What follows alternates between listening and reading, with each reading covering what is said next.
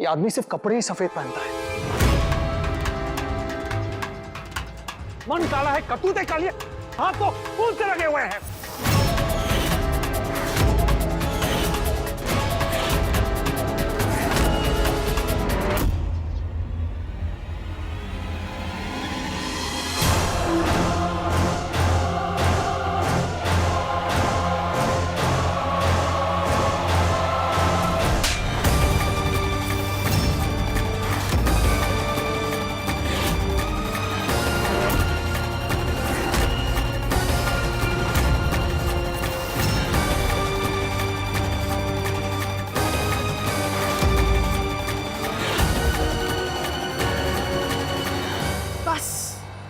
इनके खिलाफ एक और शब्द नहीं सुनना चाहती मैं।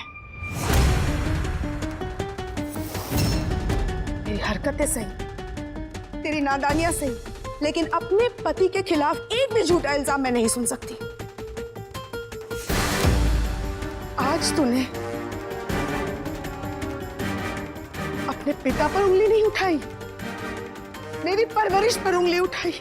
उन्हें गाली नहीं दी, मेरी परवरिश को गाली दी रौनक। अपने देवता समान पिता पर कीचड़ उछालते वक्त शर्म नहीं आई तुझे? तुम्हें किसके लिए? इस लड़के के लिए जो खुद कीचड़ में पली है। ये क्या हो गया है तुझे? इस लड़की ने तेरा दिमाग खराब करके रख दिया है, या तुझे अपने परिवार और बाप का नाम खराब करने की लत लग गई है?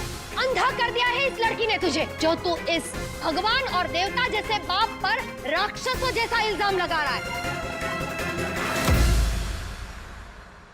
उस रावण के पास 10 सर थे, मेरे पास मेरे परिवार में से 10 लोग खड़े हो जाएंगे। तेरा पासा पूरा का पूरा उल्टा पड़ गया बच्चा।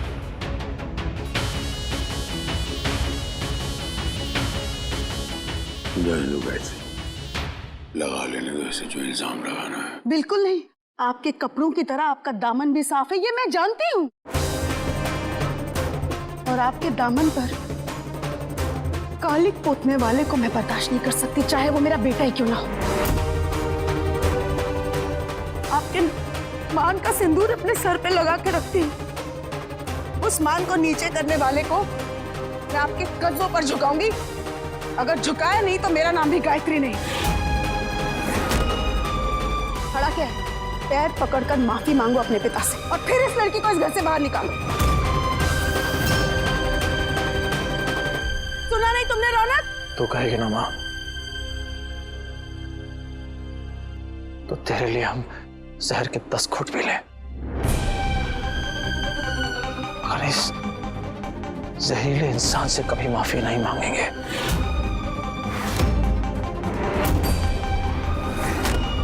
और रही बात इस लड़की की जो कीचड़ में पली बड़ी है, ये एक वक्त था जब तूने इसे अपनी बेटी माना था।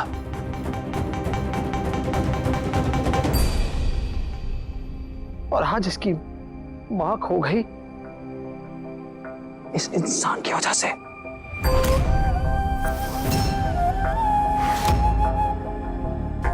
इसकी मां जो है ना मां, आखिरी वक्त उन्होंने हमसे एक वचन लिया कि हम हमेशा इसके साथ रहे, इसे कभी छोड़े नहीं।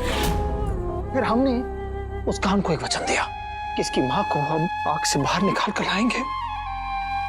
नहीं निकाल पाए।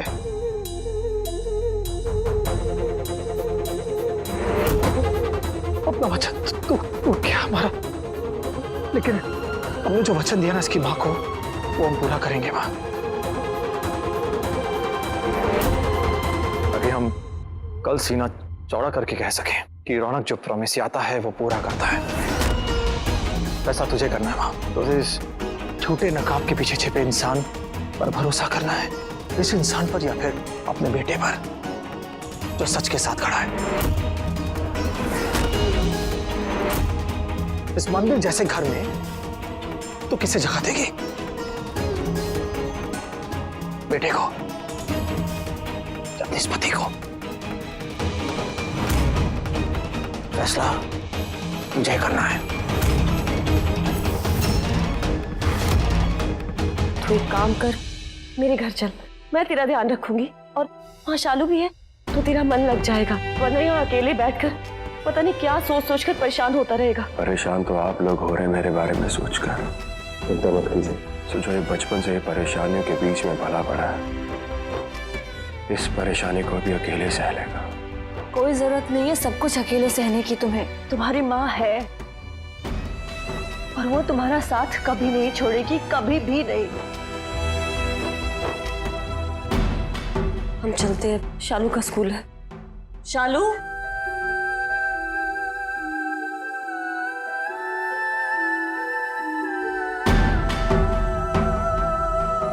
ध्यान रखना।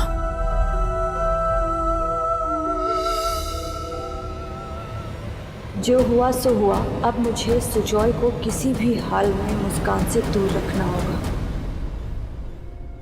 आखिर कर दिया ना तुमने, एक बेटे को उसकी माँ से अलग कर दिया ना तुमने। यही चाहती थी ना तुम? वो लड़का जो अपने परिवार को बांधे रखता था, आज अपने परिवार को तोड़ने की बात कर रहा है, सिर्फ और सिर्फ तेरी वजह से। क्या चाहती है तू? हमारे इस जुड़ते रिश्ते को तोड़ना चाहती है?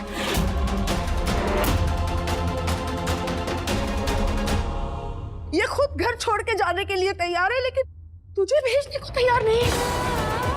ऐसा क्या जादू किया है तूने मेरे बेटे पर? शर्म कर और खुद चली जाए इस घर से बाहर। बहुत मानता है ना ये तुझे?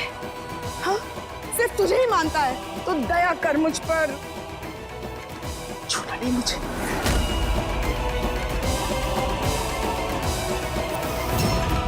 चलो मान लिया, किसी वजह से तूने अपनी माँ को खोया है, और माँ को खोने का दुख बहुत बड़ा होता है, लेकिन अपने गम के चलते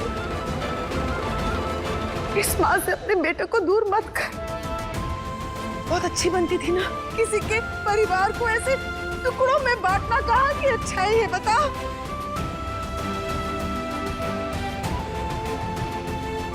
दिख रहे हैं मुझे तेरे ये आंसू, लेकिन तुझे नहीं दिख रहा है खून पसीने से सींचा हुआ मेरा ये घर परिवार जिसे मैंने जोड़े रखा है, तुझे नहीं दिखाई दे रहा है? मेरे इस परिवार को अपने इन आंसुओं के साथ बहाकर मत ले जा। बहुत मानता है ना मेरा बेटा तुझे, तो बोलना इसे, अपनी माँ की बात माने। हाँ, पूरी दुनिया में एक तो ही है, बिना सोचे समझे तेरी हर एक बात मानता हूँ, और मान लेंगे जो तू कहेगी, लेकिन फैसला तुझे करना है आज। किसका साथ देगी? पति का जिसके हाथ खून से रंगे हैं, या फिर बेटे का जिसकी जुबान कड़वी है और सच्ची है?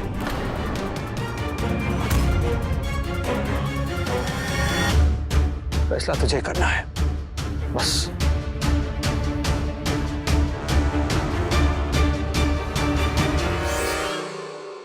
तूने तो अपनी आंखों पर पट्टी बांध रखी है रौनक, इसीलिए जो मुंह में आ रहा है इनके खिलाफ बोले जा रहा है, लेकिन मैं नहीं मानने वाली। तुझे फैसला ही सुनना है ना, तो सुन।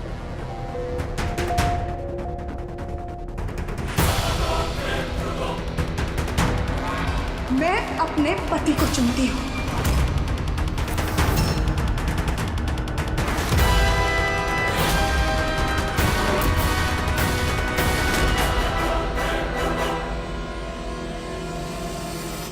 पट्टी हमारी आंखों में नहीं, तेरी आंखों में है मां। कब से इंसान तेरी आंखों में धूल झोंकता है, तुझे पता भी नहीं। खैर,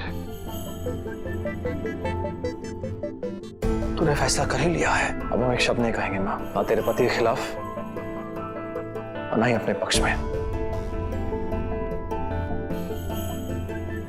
तू जहां रहे, जिसके साथ भी रहे,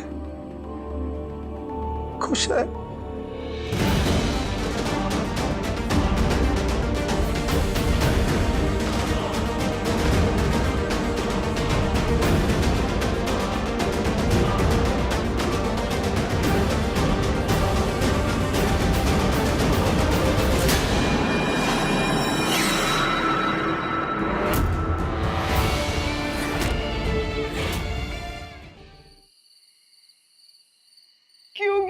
रौनक जी आपने मेरे साथ ऐसा सब कुछ कितना अच्छा था। खुशी खुशी हम दोनों आगे बढ़ रहे थे, कितना कुछ करते थे आप मेरे लिए। फिर अचानक से क्या हो गया आपको? क्यों इतना बदल गए आप?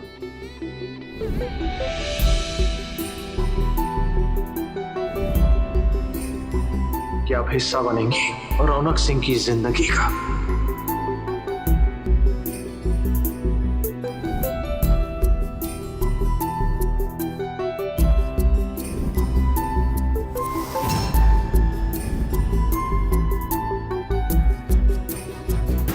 आपने भले ही हमारे रिश्ते को पीठ दिखा दी रौनक जी, लेकिन मैं इस रिश्ते को पीठ नहीं दिखाऊंगी। मैं हमारे इस अधूरे रिश्ते को पूरा करके दिखाऊंगी, क्योंकि मैंने आपको अपना पति मान लिया है रौनक जी। अब इस सच्चाई को कोई मजबूरी नहीं बदल सकती। आप मंडप तक नहीं पहुंचे तो क्या हुआ रौनक जी, लेकिन मैं आप तक पहुंचूंगी, आपके दिल तक पहुंच कर दिखाऊंगी मैं।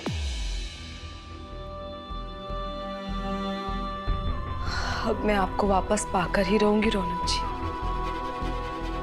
और मुझे अच्छी तरह से पता है कि अपनी इस चाहत को मुमकिन बनाने के लिए जो कुछ भी करना होगा मुझे ही करना होगा।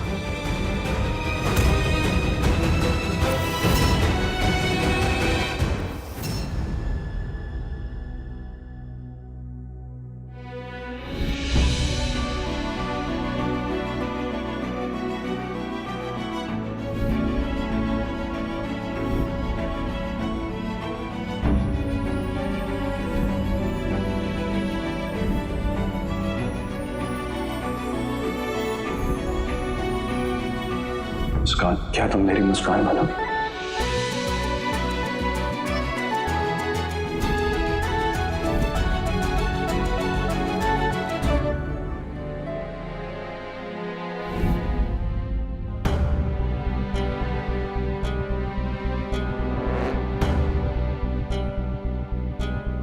सुजॉय, बेटा कब तक तुम अपने आप को ऐसे तकलीफ दोगे? तुम अकेले नहीं हो, तुम्हारी माँ तुम्हारे साथ है। अब हम मुझे किसी का साथ नहीं चाहिए।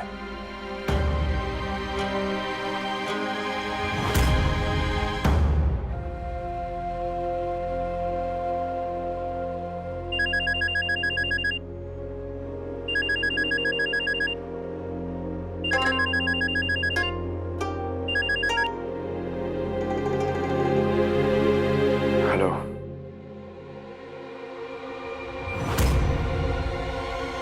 तुमने मुझे फोन क्यों किया? सोचा था ये परेशानी हमेशा के लिए जलकर खाक हो जाएगी, लेकिन ये आग मेरे ही पीछे पड़ गई। सारे किए किराए पर पानी फिर गया। अब कुछ भी करके रौनक को घर पर लाना ही होगा। कोई ना कोई नई तरकीब लगानी ही होगी।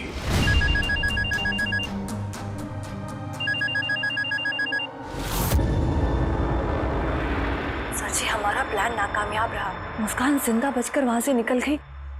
हम दोनों बुरे फंस गए हैं सर जी। हम नहीं, तुम फंसी हो। ये मुस्कान मेरा क्या बिगाड़ लेगी?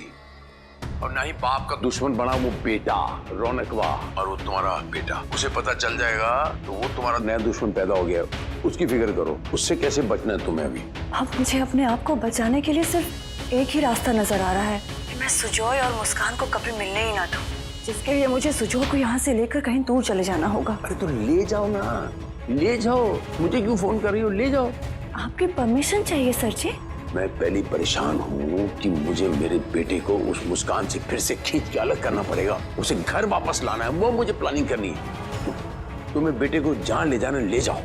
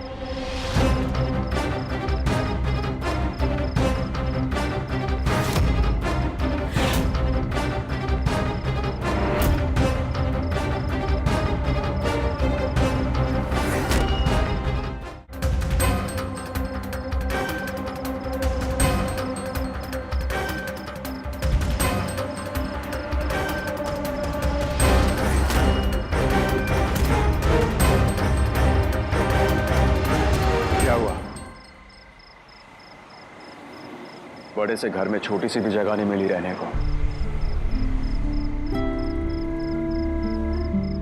नहीं अपनाया ना उन्होंने।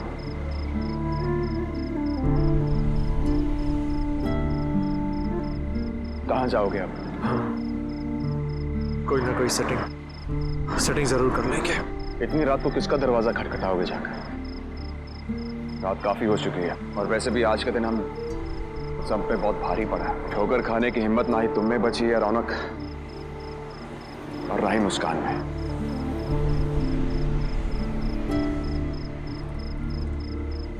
ऐसे क्या देख रही हो? दोस्त से हस्बैंड नहीं बन सका इसका मतलब ये नहीं कि तुम्हारा दोस्त नहीं हो अभी भी। मेरी मानो तो मेरे साथ घर चलो। आज रात वहीं रुक जाना और कल सुबह होते ही फिर फैसला कर लेना क्या करना है तुम्हें।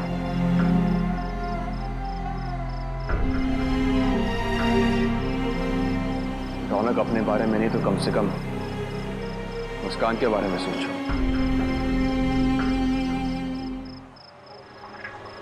ज्यादा सोचो मत, चलो।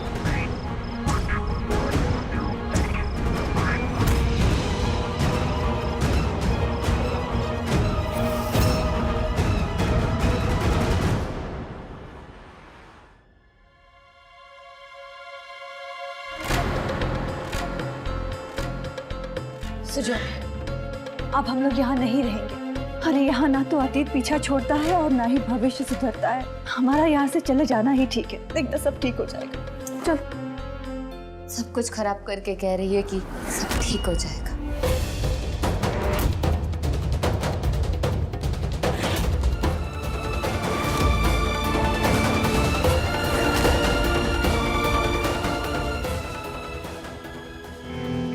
क्यों किया ऐसा? क्यों इतना बड़ा खंजर फूका हमारे पेट में?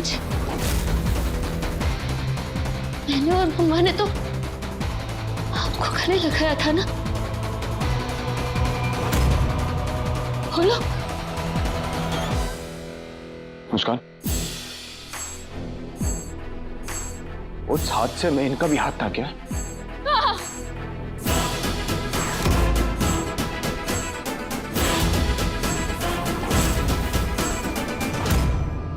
मासी सिर्फ मां बनना चाह रही थी।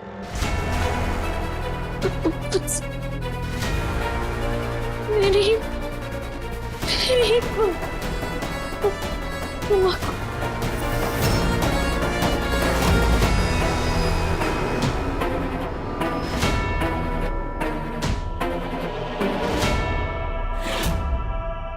क्यों किया ऐसा आपने? अब समझ में आया मुझे। सब कुछ मेरे लिए नहीं, सब कुछ आपके लिए ठीक होने जा रहा था। आप मुझे यहां से इसलिए दूर ले जाना चाह रही थी ताकि आपकी ये गंदी हरकत पे पर्दा टका रहे।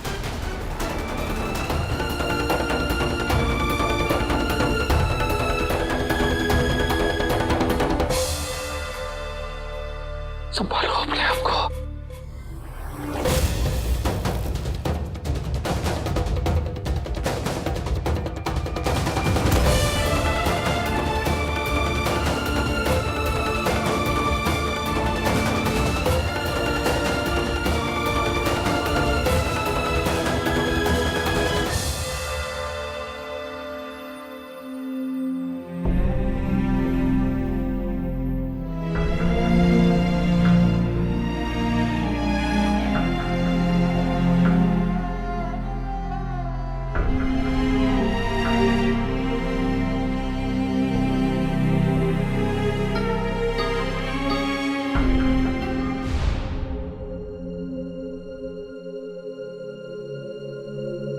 रौनक, तुमसे बात करनी थी 2 मिनट।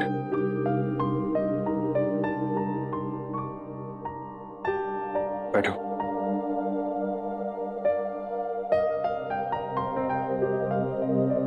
कहो रौनक, मेरी मुस्कान मुझे वापस कर दो।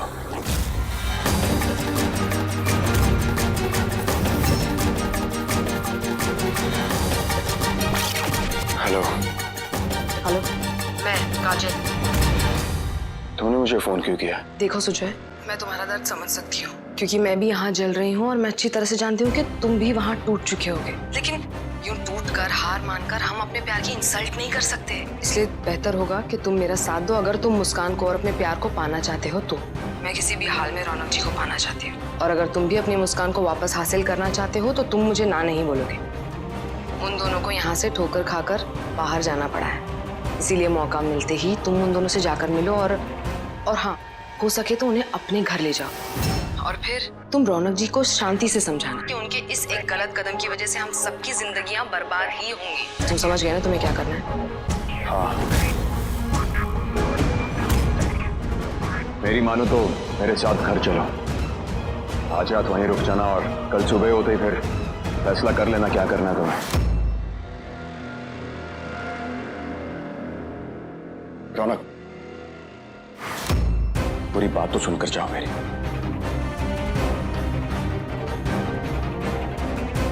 बोलो, तुम इंसान अच्छे हो दिल के, जो इतना कुछ होने के बावजूद भी अपनी जान पे खेल के मुस्कान को बचाने के लिए। लेकिन अब जो आगे होने जा रहा है उसमें तुम किसी को बचा नहीं रहे हो, बल्कि 4 जिंदगियां बर्बाद हो जाएंगी। तुम्हारे साथ तो और भी बहुत सी जिंदगियां जुड़ी हुई हैं। काजल का परिवार, तुम्हारा परिवार, तुम्हारी माँ, बाकी सब तो अपने आप को संभाल लेंगे, लेकिन तुम्हारी माँ नहीं संभाल पाएगी ये सब। अब तुम ही सोचो, वहां जलती आग के बीच में जब सामने मौत नजर आ रही थी, तुम एक फरिश्ता बनकर बिल्कुल सही समय पे पहुंच गए वहां पर। भारती मासी ने इमोशनल होकर या फिर भावनाओं में बहकर तुमसे एक वचन मांगा।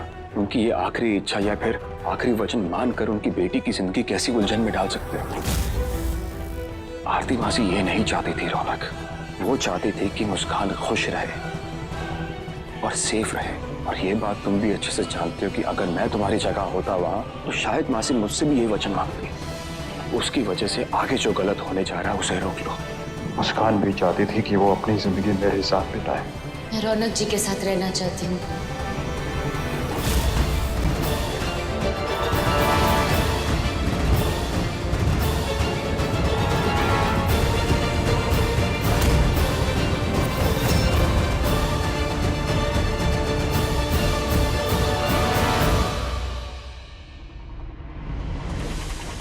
मुस्कान, मुस्कान, अभी तुम इस हाल में नहीं हो कि तुम कोई भी फैसला ले सको। जिस दर्द से तुम गुजर रही हो वो दर्द तुम्हें सही फैसला लेने नहीं देगा। मुस्कान, और जो फैसले तुमने लिए हुए वो फैसले तुम्हें बदलने पड़ेंगे। अगर तुमने ये फैसले नहीं बदले तो सबकी जिंदगी बर्बाद हो जाएगी। यार तुम ही समझाना इसे, समझाओ इसे कि कितनी जिंदगियां बर्बाद हो सकती हैं। इसकी आंखों में दर्द है इसलिए उसको कुछ दिखाई नहीं दे रहा, लेकिन तुम्हें तो दिखाई दे रहा है ना सब कुछ। ये अपने कदम पीछे नहीं हटा सकते, लेकिन तुम तो हटा सकते हो ना। और समझाओ इसे, बताओ इसे और हमारी जिंदगी बर्बाद होने से बचा लो। उसका जो है, हम तुम्हारी बात समझ सकते हैं। औरों का तो पता नहीं, लेकिन हमारी माँ जो वहां पे, उसका जो हाल हो रहा है वो सिर्फ हम ही जानते हैं। वहां मंदिर में भगवान के सामने रो रही होगी।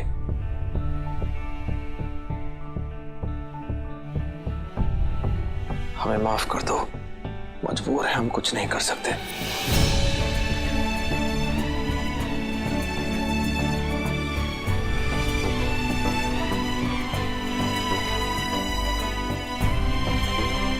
हमने मुस्कान की माँ को ये प्रॉमिस दिया था उनके आखिरी वक्त में कि हम इसका साथ कभी नहीं छोड़ेंगे, हमेशा इसके साथ रहेंगे। ये वचन तो हम निभाएंगे, हर हाल में निभाएंगे।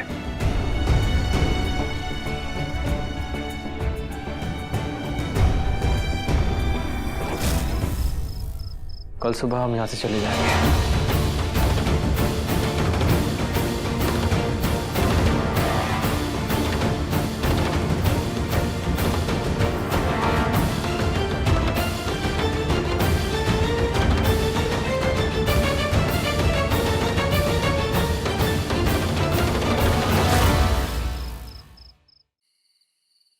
मुझे ये समझ में नहीं आ रहा कि मैं रौनक की गलतियों की माफी मांग आपसे कि इस बात का धन्यवाद दूं कि आपने यहाँ रहने के लिए हामी भरी। नहीं पापा जी, आपको माफी मांगने की कोई जरूरत नहीं है और धन्यवाद देने की भी कोई जरूरत नहीं है, क्योंकि मैं यहाँ पर अपनी मर्जी से हूँ, क्योंकि मैंने अपने मन से रौनक जी को अपना पति माना है और मुझे वो किसी भी हाल में वापस चाहिए। ऐसी होगा मेरे बच्चे, मैं आपसे वादा करता हूँ वो आपके पास लौट कर आएगा।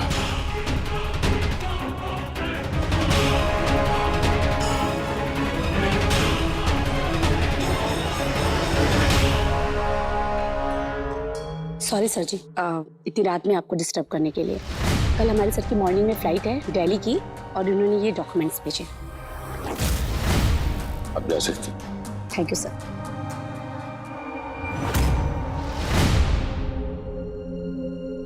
क्या समझाऊं उन दोनों को? मेरी बात सुने बगैर ही मना कर दिया साफ साफ मुझे। उन दोनों का फैसला नहीं बदलने वाला है। उन्हें सिर्फ आरती मासी को दिया हुआ वचन दिख रहा है। हमारी कुर्बानियां, हमारी दोस्ती, हमारा प्यार, ये सब नहीं दिख रहा है उन्हें। फिर तो बस एक ही तरीका है। कैसा तरीका?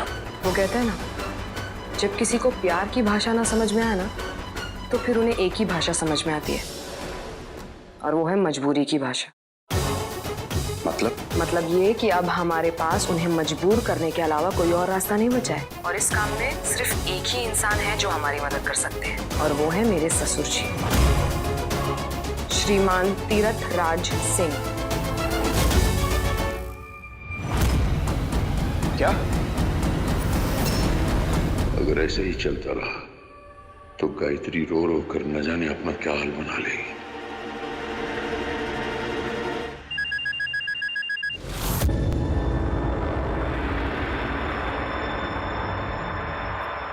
कौन है? हैरान मत होइए।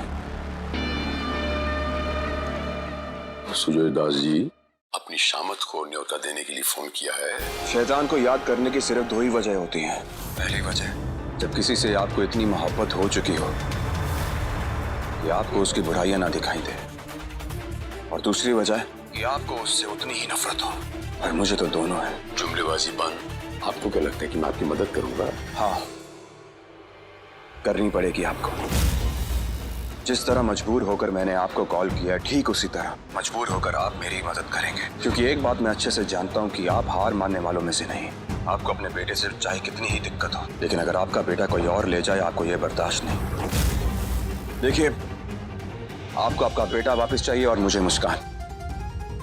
अब दोनों की प्रॉब्लम एक है तो उसका सॉल्यूशन भी एक ही तरीके से निकलेगा, एक दूसरे से हाथ मिलाकर, चाहे मजबूरी में ही से। ज्ञान बांटने की जरूरत नहीं, इस कहानी को थोड़ा शॉर्ट कर। एक लाइन में बता, तेरी योजना क्या है? योजना सिर्फ इतनी सी है कि मुस्कान और रौनक इस वक्त मेरे घर पे हैं। अपने आदमी भेजिए और उन्हें अगवा करवा लीजिए। फिर उसके बाद उन्हें गुलमोहर रोड के सामने एक नई कंस्ट्रक्शन बिल्डिंग है, वहां ले जाइए। फिर वहां से आपका बेटा आपके हवाले और मुस्कान मेरे हवाले। और मुस्कान को लेके ऐसा रास्ता बदलूंगा कि आपका बेटा चाहकर भी हमारे पास नहीं आ पाएगा। बस इतनी सी मदद चाहिए आपकी। फिर आप अपने रास्ते और मैं अपने रास्ते। बस बस बस, आगे की कहानी मुझसे सुन। जब तक मैं एक्शन नहीं लेता या मेरे कोई बंदे नहीं आते, मेरे बच्चे के शरीर पर एक भी खरोंच नहीं आनी चाहिए। बाकी जैसा तूने कहा है वैसा हो जाएगा।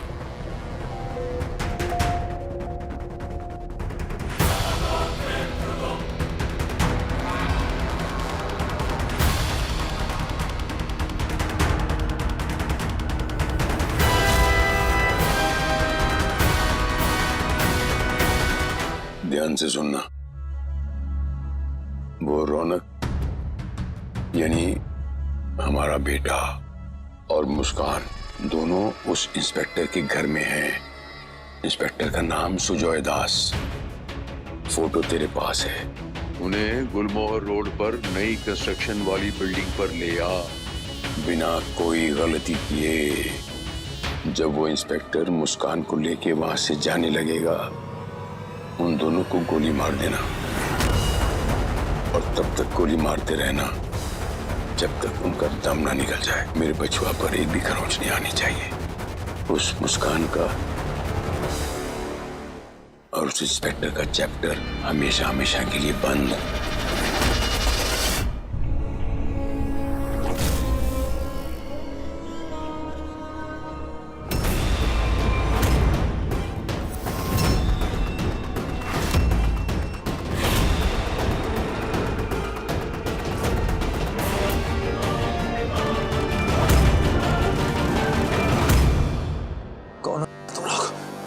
ये कहाँ लेकर आए हो? हाँ? रौनक जी, मुस्कान, तुम ठीक तो हो ना? अगर इसे एक भी खरोच आई ना, तुम लोग सारा दुनिया से खरोच देंगे। जो भी दुश्मनी निकालनी है हमसे निकालो साला। मुस्कान को छोड़ दो। अरे अपने ही बेटे से थोड़े ही ना दुश्मनी निकालेंगे।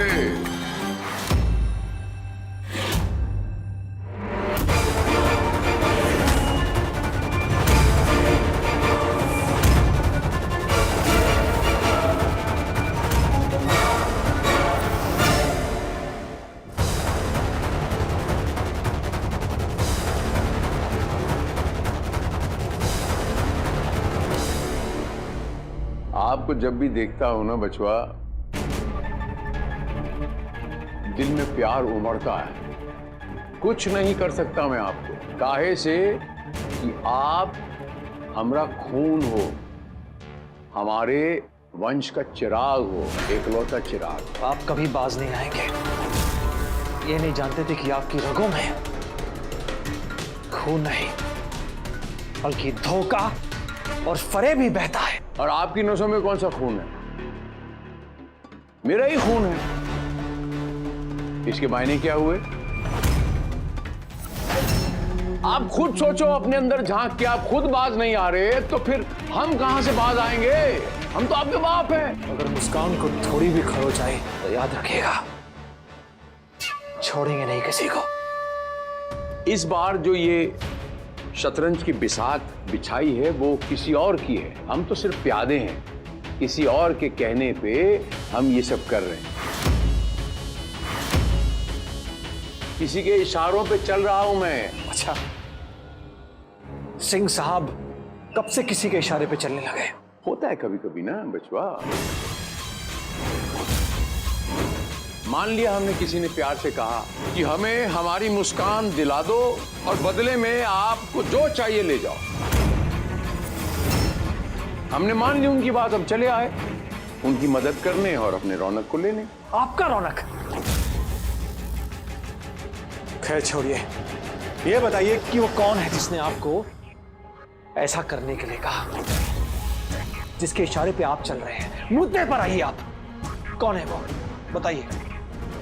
छुपाना क्या है, अभी बता देते हैं। आओ भाई, आकर ले जाओ अपनी मुस्कान को।